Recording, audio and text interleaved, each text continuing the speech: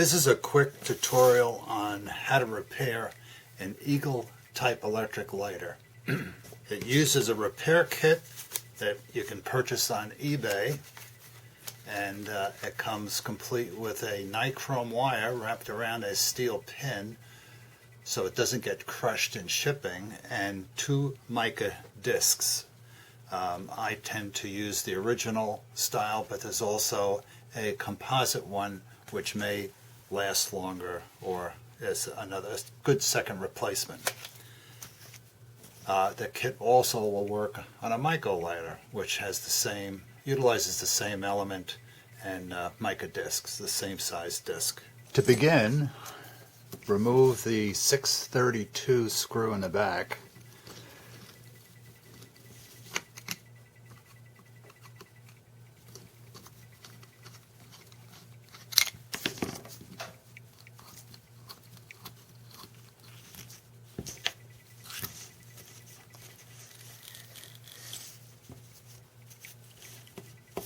Well, this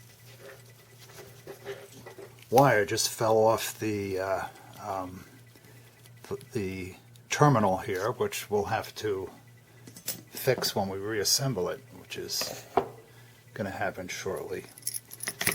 First thing you want to do is to remove the 2 small 3/16 nuts that hold on the insulator.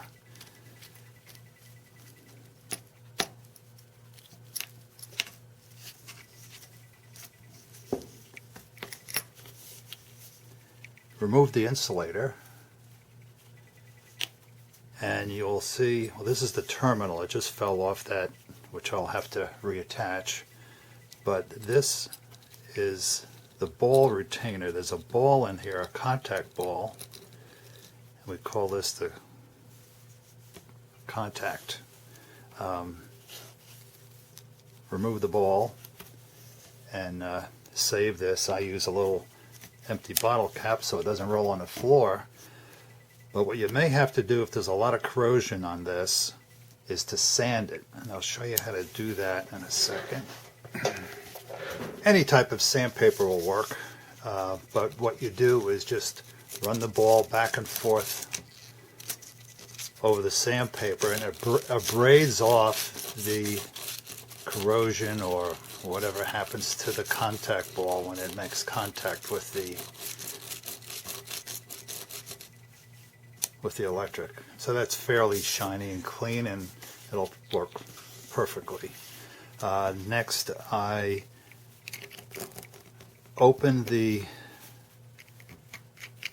crimped portions on the bezel. It's a fairly soft metal, so it should come off okay. And that exposes the innards. You can discard the old mica disc because it will be soon replaced with a fresh disc from this kit purchased on eBay. The kit has a composite mica and original type mica, which I will replace this worn one with a fresh one. It also has the nichrome wire, which comes on a steel pin so it doesn't get crushed during shipping. So here's the new mica disc, and I'll put that in place and we'll use that later. Next, remove there's 2 screws in here, a shorter screw and a longer screw. And this longer screw has the end of the nichrome wire attached to it. This screw, which is the shorter one, all it does is hold this contact in place. This contact is called a ball retainer because it keeps the ball captive in between and this brass contact cup, which we have to remove next. And that is held in place by a 3/16 diameter screw, which comes out quite easily. And this is the brass contact cup. And this is a brass screw, a brass nut, and it attaches to the other end of the nichrome wire, and it's wrapped around a few times.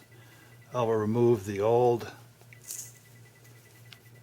nichrome wire, and now it's ready for assembly. At this time, if your bezel is biffed up around here, you can straighten it out. I usually use a round tool to help coax it back into shape, and you can also, if it's corroded, you can run some steel wool over the bezel to clean it up. Also, if the serpentine groove is filled with corrosion or broken bits of the nichrome wire, it's a good time now to clean that out. This one's fairly clean, so I don't have to do much. And you begin, or I begin, by attaching the new nichrome wire to the longest screw, which is the first one I install, and you wind it around a few times on here so it makes good contact if it stays on.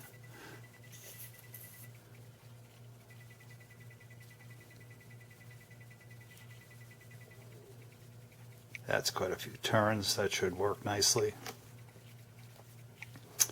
And you look for the long side, place it in. I rotate it so the nichrome wire faces the serpentine channel. Now this is ready for assembly here, and to keep it in place, I made up a small clip, a small piece of brass with a little groove in it that holds this screw in place, so that when you turn it upside down, the screw doesn't fall out again. And it's very easy to make, just a piece of brass or steel with a groove in it to lock onto the threads so you can finish the assembly on this side.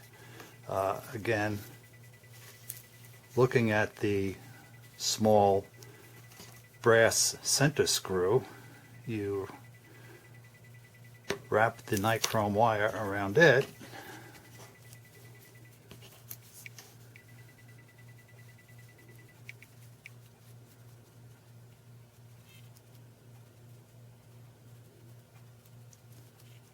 so it makes good contact.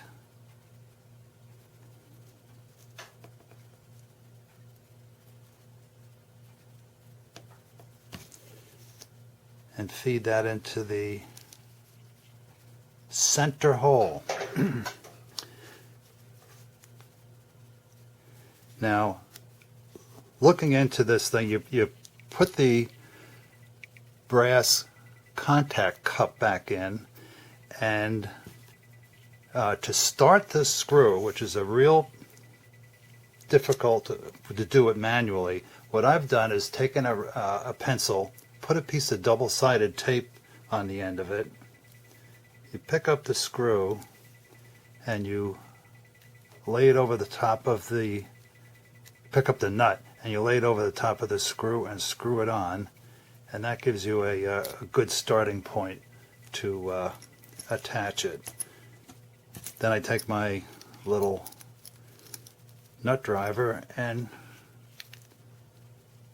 screw it in tight. And it doesn't have to be real tight, but tight enough to make good contact. Now the other hole here holds this shorter screw, which again holds this in place, the ball retainer.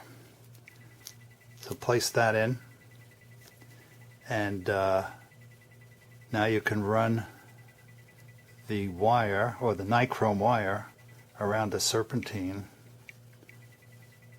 And this has to be stretched out a bit.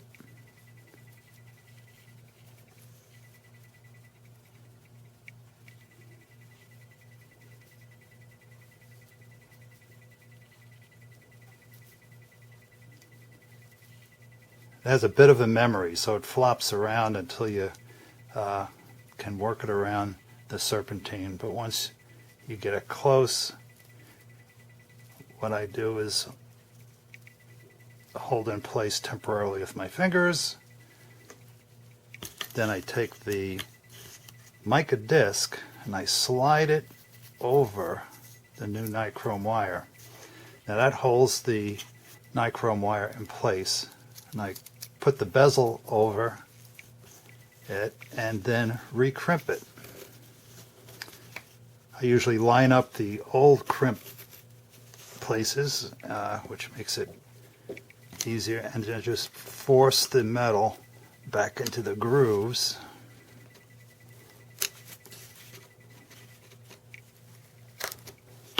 And now that's in place with the new mica disc.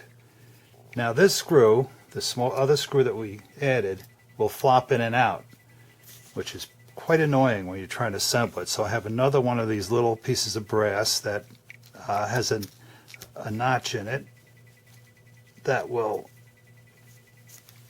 lock onto the threads and keep that in place while I do some more assembly. Again, this is the shorter screw of the two, and that holds the ball retainer. Now is a good time to put the ball back in and put the ball retainer on.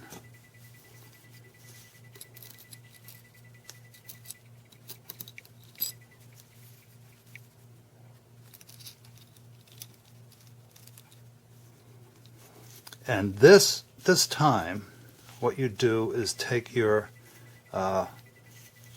power cord, and that goes on, this now goes on over this terminal.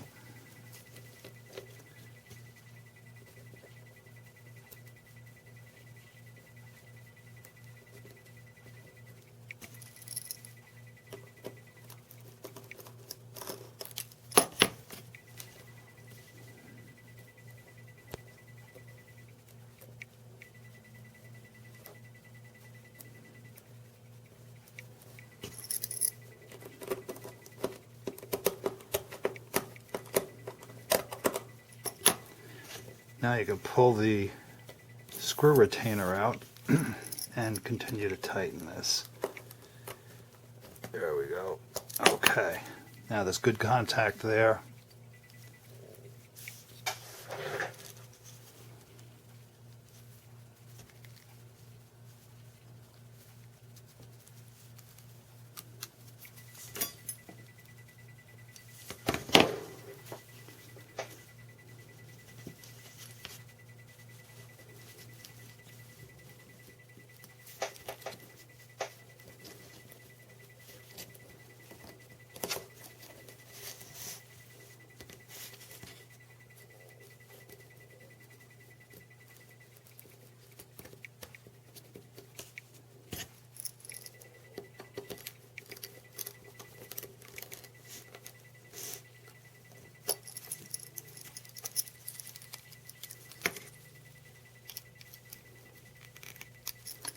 Now, instead of using a 3/16 nut driver, you could certainly use a needle nose plier, which will work just as effectively in assembling this. This just saves a little time. Now this is fully functional, but of course touching these things may be a little bit hazardous to your health, so I bend down the terminals so they fit in the body of the lighter better. Now you can assemble the lighter. You just have to be careful the wires don't get in the way of the assembly screw, which is next. And I usually put a little poker in here to make sure the body of the internal parts are lined up for this 632 screw.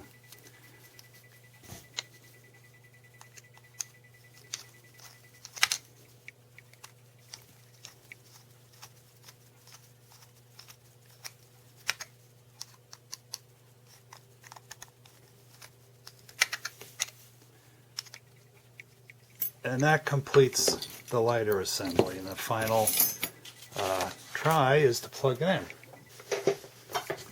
Now, if it's tilted into the lighting position, the nichrome wire lights up and you can light your cigar or cigarette.